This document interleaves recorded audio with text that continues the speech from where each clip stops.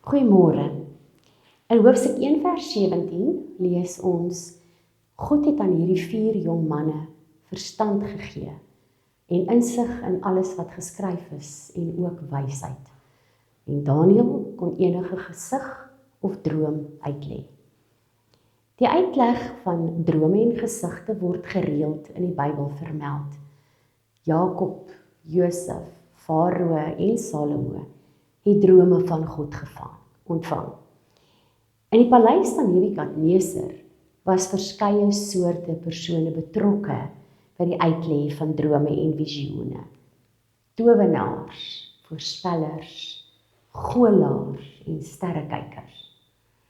Insiggewend dat Daniël en sy vriende nie onder hierdie groeperinge getel het nie.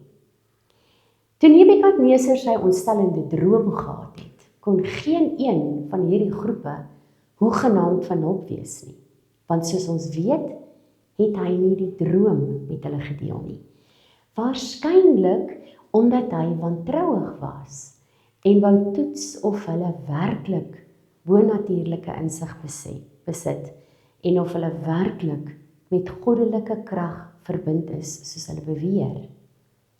Dit is die verskil tussen die Babyloniese groep raadgewers en Daniël, Misael, Asaria en Hanania.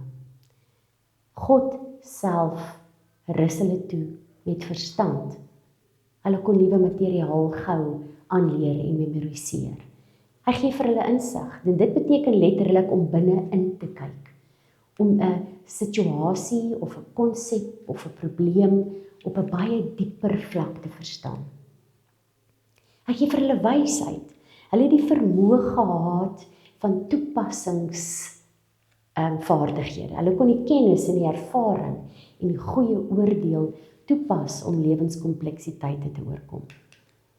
En dan meer belangrik as alles, was hulle verbind aan die bron van krag, wat by wie hulle kon gaan bid vir kennis oor die bron van die probleem.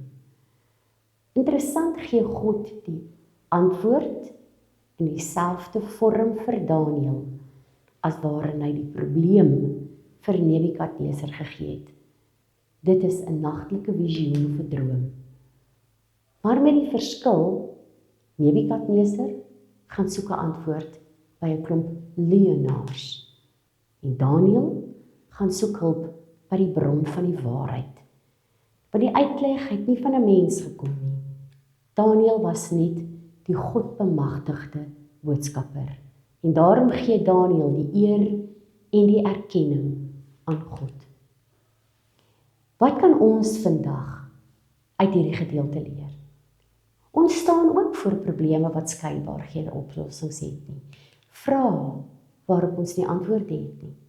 Kwellinge in ons gees wat ons nie eers regtig kan verwoord nie. Ons het vrese oor die toekoms en die onsekere tye en dit wat vir ons voorlê. En dan moet ons uit Daniël leer dat God nie 'n noodgod is nie, maar ons kan in ons nood tot God roep en hy sal ons antwoord. Want in Psalm 50 lees ons: roep my aan in die dag van benoudheid. Ek sal jou uithelp, sê God. Ons moet ons nie wend tot KI-platforms soos ChatGPT om ons te lei hoe om 'n krisis te hanteer nie. Gaan word stil in die teenwoordigheid van die God wat geheime kan openbaar en glo dat God jou sal antwoord. Selfs al is sy antwoord 'n stilte van vrede in sy teenwoordigheid. Tot môre.